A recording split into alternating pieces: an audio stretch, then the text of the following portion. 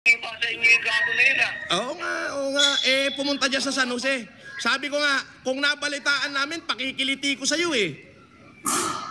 Ang inangin mo dito lang, di yari-yari ka lang wala. O, sige na, Kap.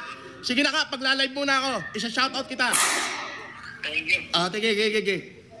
O, shoutout to sa kaibigan ko, si Kapitan Joey Suarez ng Barangay Metro San Jose. Ay. Diyan sa Birata. Kap, shoutout sa'yo. Ito, boss. Ay, talagang malupit sa Cavite rin. Iisa yung malupit sa Bakit Cavite. hindi lulupit? Puta na. 2017 nung napunta ako ng GMA. Oh, boss. 2018 nung naging tao kita. Panorin niya. Kanya ako galing. Ayun nga. Oo. Pero, Etong igmitan, hindi nag-iisip. hindi. Kwento natin kung paano. Oo, napunta sige, sa sige, atin. boss. Panorin niyo yan, mga ka-plastic. Si Casper, noon, ano yan, siya ang chairman ng ACRO. Ikaw chairman ng ACRO noon, di ba? Wala pang chairman, boss. Founder. Founder ka pala ng ACRO noon, ng ACRO. Founder. Na lang yung Tapos, nagpalitan tayong dalawa. Oo. Papaluin mo ako, magpeperlinyang ka, Foundation nyo. magpeperlinyang ka, mag-a-ACRO ko, tama. Nagpaluan tayo. Ngayon, ang matindi rito, yung dahil sa nakaaway mo may tindahan ng mani. Di ba? Yung tindahan ng mani, naalala mo yun? Yan. Ngayon, ang ginawa ni Casper, sa sobrang galit niya, sinunog yung tindahan ng mani. Di nagreklamo yung may magmamani.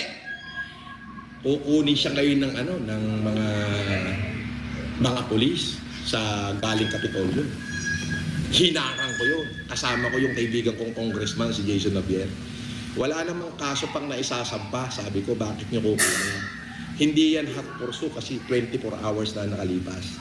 Tapos inareglo ko yung pagmamani, nagkasundo sila. Ayun, si Kapitan Joey Suarez ang humiling sa akin na aregluhin ko yung kaso ni Casper. Kaya malinis na si Casper. Ayun yun. Mula nung naging tao ko na siya. O, Basher, ano naman yung mani? 2 dekada na. Alam niyo ba kung ano ginawa ni Casper? Harap-harapan yun. Yung mani mismo. Harap-harapan. Sinunog niya yung tindahan ng mani. Harap-harapan. Nandun yung may-ari.